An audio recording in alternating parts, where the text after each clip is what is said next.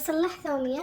سويت هنا كوبين ماء وملعقتين نشا، ثقلتهم على النار. بعد ما برد النشا بحطه بالخلاط، وبعمل ملعقتين زبادي،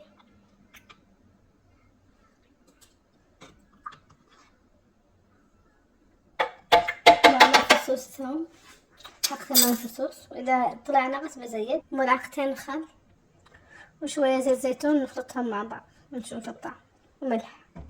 شوفوا شكل الخليط انه ثقيل، فبزيد له زبادي وزيت زيتون.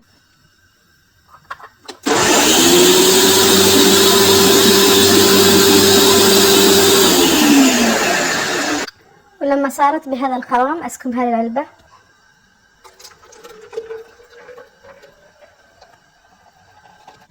شوفوا هذه الكمية كم طلعت، كميات علبة كبيرة والآن بنغطيها.